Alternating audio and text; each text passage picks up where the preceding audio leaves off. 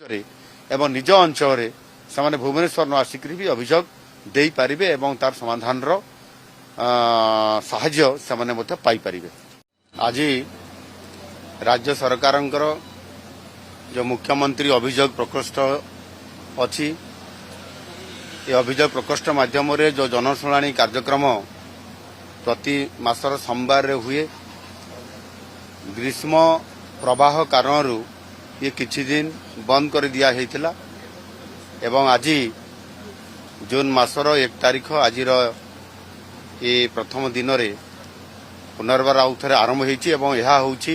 आम सरकार 18तम मुख्यमंत्री अभियोग शुणाणी। आज ये अभियोग शुणाणी रे राज्य सरकार सर्वाधिक 14 जन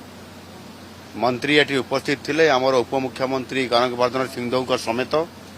एवं जो पंजीकृत होता जेहेतु ये ग्रीष्म प्रवाह एवं भी अच्छी से दृष्टिकोण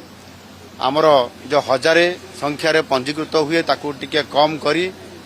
500 पंजीकृत करिवार व्यवस्था खरा दिन कारण रखाई एवं एथिरे उभय ऑफलाइन एवं ऑनलाइन रे मध्य एथिरे पंजीकृत कराइतला 600 रु ऊर्ध्व अभियोग पत्र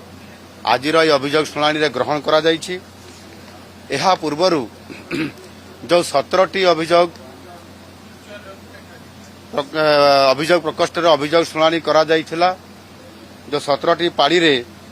14,651 टी अभियोग ये ग्रहण करा जाइथिला एवं ता भीतर 14,040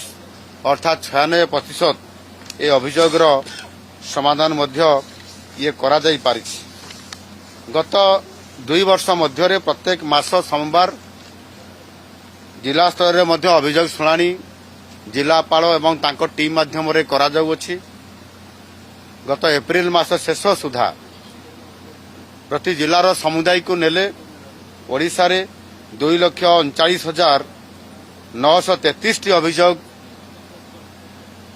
तार अभियोग ग्रहण करा जाइतिला प्रशासनिक अधिकारी स्तर रे एवं ता भितरु 2,21,240 अर्थात 92% ये अभियोग आलोचना करी ताहार सही दिन एवं तार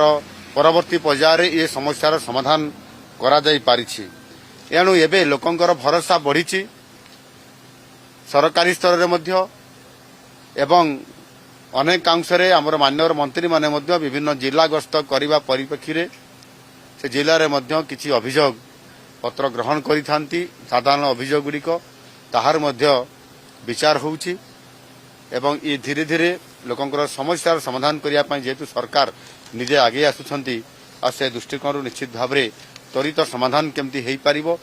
यथा समय केमती हेई पारिबो सेति पई सरकार सबुबले सजाग रहिकरी लोकंको न्याय देबा पई लोकंकर समस्या रो समाधान करिया पई आगे आसी थांती। आज 13 जन रोगी को तांको समस्यार शुणाणी आमे करिछु तत्कालीन प्राय एथिरे 13 जन रोगी को 3,60,000 टंकार चिकित्सा सहायता मध्य एथिरे विभिन्न रोगर निराकरण पाई आमे आर्थिक सहायता प्रदान करा जाइछि एथिरे एवं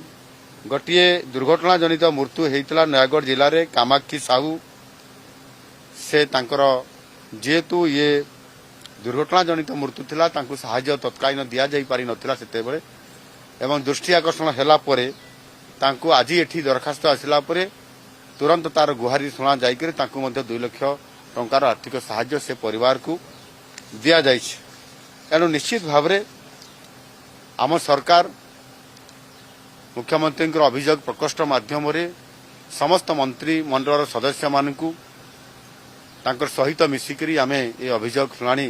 को गुरुत्व दे आसुछु। केवल ग्रीष्म प्रवाह अवकाश समय रे गैप टिके अच्छी किंतु आमे पुनर्बार वर्षा सीजन बा टेम्परेचर कमी गला परे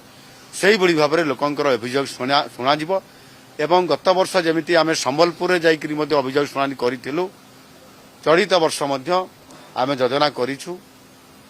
कोरापुट जिलार जयपुर रे किंबा कोरापुट रे एवं अनेक एभली भाव में उत्तर पश्चिम पूर्व एमती भाग करी विभिन्न केन्द्र स्थल में आम अभियोग शुणाणी को नहीं जीवु जहाँफल लोक मैंने आहरी अधिक सहजरे ଏବଂ ନିଜ ଅଞ୍ଚଳରେ ସେମାନେ ଭୁବନେଶ୍ୱର ନ ଆସିକରି ବି ଅଭିଯୋଗ ଦେଇପାରିବେ ଏବଂ ତାର ସମାଧାନର ସାହାଯ୍ୟ ସେମାନେ ମଧ୍ୟ ପାଇପାରିବେ।